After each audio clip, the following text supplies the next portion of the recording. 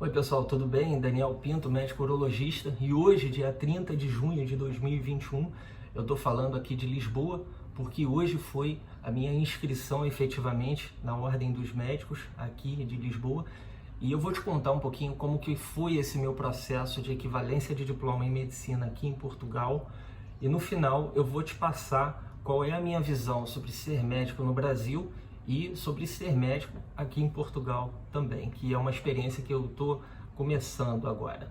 Então vamos lá, todo o processo de equivalência ele abre a candidatura no final de cada ano. Então as universidades, pelo menos antes da pandemia, que foi o meu processo que se iniciou em 2019, se não me engano, ele abria a candidatura no final do ano. E esse processo era composto pelo menos de 4 etapas. A primeira etapa, que é a proficiência de línguas. A segunda etapa, que é uma prova escrita, onde você testa os seus conhecimentos sobre a medicina como um todo. A terceira etapa, que é uma avaliação presencial, é uma prova prática, onde você é testado frente aos chefes de serviços, né? E a quinta etapa, que é uma outra avaliação presencial, onde você vai versar sobre um conteúdo que você vai apresentar. É um trabalho, como se fosse um resumo, um TCC, um trabalho de conclusão de curso, tá? E aí, no final, você é avaliado, é feito um somatório das notas, e essas notas são avaliadas, e você tem uma média onde você é aprovado ou não. Então, cada etapa ela é eliminatória, e eu vou te passar hoje como que foi esse meu processo todo, que é um processo difícil, mas não é impossível, qualquer um pode conseguir, e nós brasileiros estamos perfeitamente habilitados a conseguir essa etapa. Resta saber se esse propósito é aplicado para você ou não. Eu vejo muita gente tentando fazer a prova para vir morar em Portugal apenas com o objetivo de se mudar, e outras pessoas que estão na dúvida, mas que fazem o processo. Então eu vou te contar como foi para mim, e você vai fazer a sua análise no final. Então, a primeira etapa, feita a inscrição nas universidades, existem várias, Lisboa, Nova Lisboa, Minho, por exemplo, Coimbra, várias abrem a sua candidatura ao mundo todo, e você presta a sua candidatura à universidade específica a qual você deseja. Eu, por exemplo, escolhi a Universidade de Lisboa. Então, feita a candidatura, a primeira etapa, nós brasileiros somos dispensados por sermos países de mesma língua. Então, português já é uma língua nativa, nós somos liberados. A segunda etapa é a prova prática. Você precisa vir até Portugal para fazer a prova prática, e tem um percentual do qual você precisa acertar dessa prova sobre conhecimentos gerais. Então, tive que estudar pediatria, ginecologia, obstetrícia, todas as clínicas, clínica médica em geral, cardiologia, nefrologia, todas as áreas da cirurgia também, que é a minha área de atuação, cirurgia vascular, urologia, cirurgia cardíaca, tudo isso é preciso estudar para vir fazer a prova, além de medicina preventiva. Então dividimos em 5 grandes áreas, né, que vocês conhecem da medicina. Antigamente era feito um processo que tinha aqui, onde os alunos, no final do 6º ano, eles faziam uma prova, que era o chamado resumo do Harrison ou do Cecil, que são livros tradicionais, são tratados tradicionais na medicina. E você tinha que decorar praticamente o livro inteiro. E foi o que nós fizemos, né? Eu fiz, e todos que foram aprovados também. Então você tem que saber medicina, tem que saber essas grandes áreas para poder pontuar e ser classificado.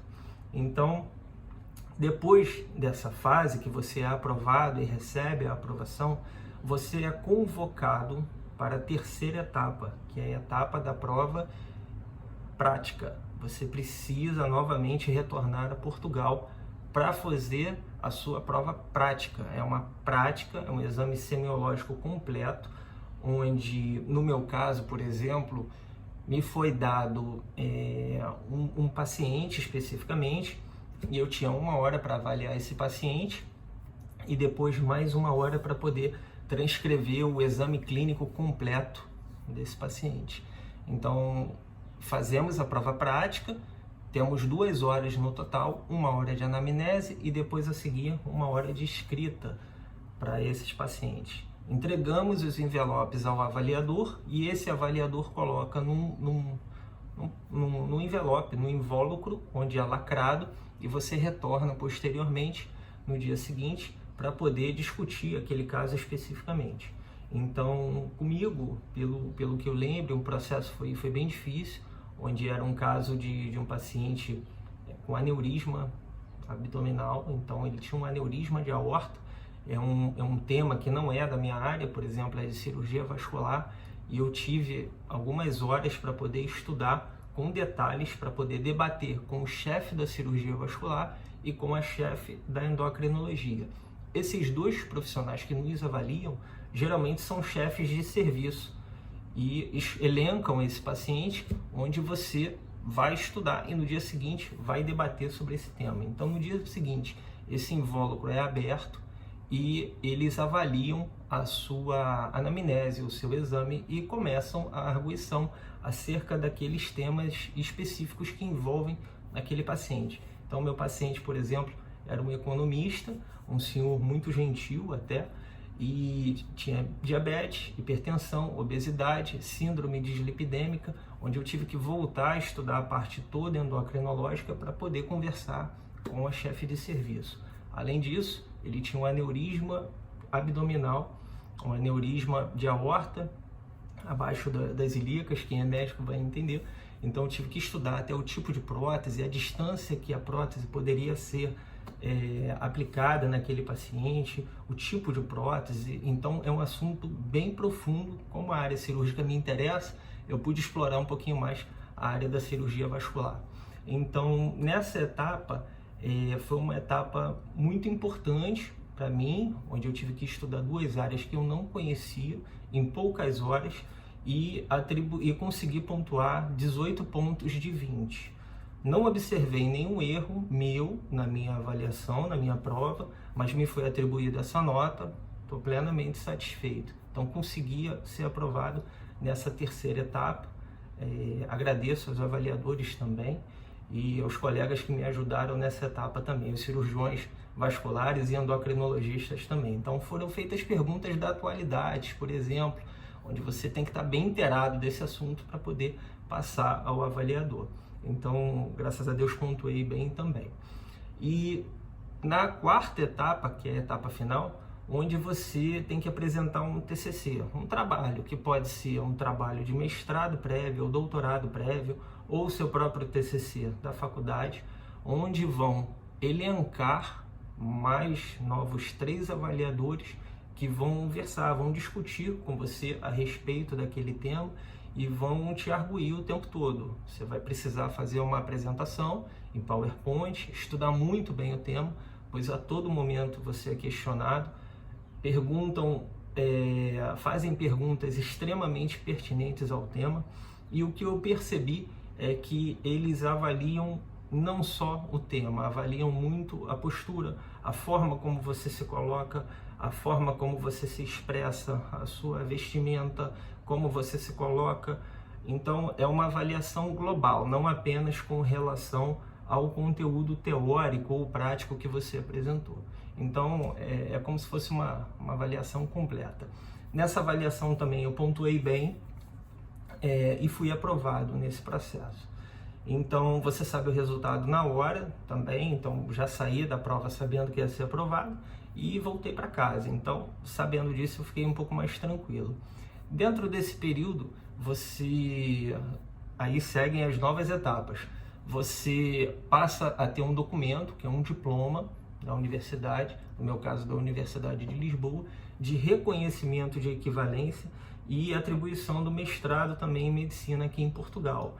Então você acaba com essa titulação aqui em Portugal e você, com esse diploma em mãos, você prossegue até a Ordem dos Médicos aqui de Lisboa, faz o seu registro na Ordem dos Médicos, então está lá chancelado o seu nome, os seus dados, e me foi pedido uma comprovação de residência. Então você precisa ter uma residência aqui em Lisboa para poder fazer a sua inscrição na Ordem, para poder se comunicarem com você. É um telefone fixo aqui, precisa do NIF que falam aqui, que é como se fosse o nosso CPF também. Então são etapas que você precisa cumprir e precisa ter, ok? Então, ao final desse processo, hoje finalizou a minha inscrição na Ordem dos Médicos. Você recebe aqui um PIN, que é um código, e esse código você acessa o sistema de saúde local e já começa a prescrever. Então, eu estou na fase onde eu já me inscrevi, já possuo a cédula de identidade, possuo o PIN e consigo prescrever, atender e clinicar normalmente aqui, ok? Fase de especialidade, é uma nova etapa. Especialidades é o seguinte: você precisa comprovar a sua atuação como especialista. E eles têm no site aqui em Portugal, minuciosamente cada item que é necessário para poder corresponder à equivalência de cada especialidade.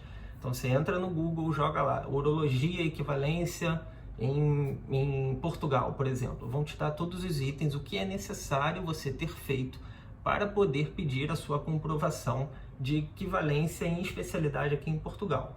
Então você precisa lá cumprir tantas horas em uropediatria, cumprir tantas horas em uroginecologia. Você vai fazer um currículo detalhado e consegue a sua certificação na sua especialidade médica aí que você tanto deseja também.